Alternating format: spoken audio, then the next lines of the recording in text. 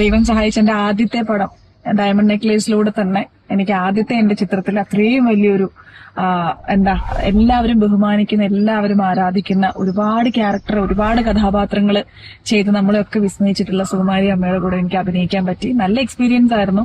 കാരണം ഞങ്ങൾ ഒരുമിച്ചിട്ടുള്ള ഓരോ സീൻ എന്റെ മുത്തശ്ശിയായിട്ട് തന്നെയാണ് അഭിനയിച്ചിട്ടുള്ളത്. അപ്പം എന്നെ സംബന്ധിച്ച് എന്റെ ആദ്യത്തെ ചിത്രമായിരുന്നു ഡയമണ്ട് നെക്ലേസ്. എനിക്ക് എങ്ങനെയാണ് ക്യാമറയുടെ മുമ്പിൽ പെർഫോം ചെയ്യേണ്ടതെന്നോ എങ്ങനെയാണ് പറയേണ്ടതെന്നോ ഒന്നും അറിയാത്ത സമയത്താണ് അത്രയും വലിയൊരു ആക്ടറിന്റെ കൂടെ നമ്മൾ അഭിനയിക്കുന്നത്. അപ്പോ ഒരു തുടക്കക്കാരി എന്ന നിലയിലുള്ള എല്ലാ പരിഗണനയും അമ്മ എനിക്ക് തന്നിട്ടുണ്ട്. എനിക്ക് ഓരോ കാര്യങ്ങൾ പറഞ്ഞു തന്നിട്ടുണ്ട്.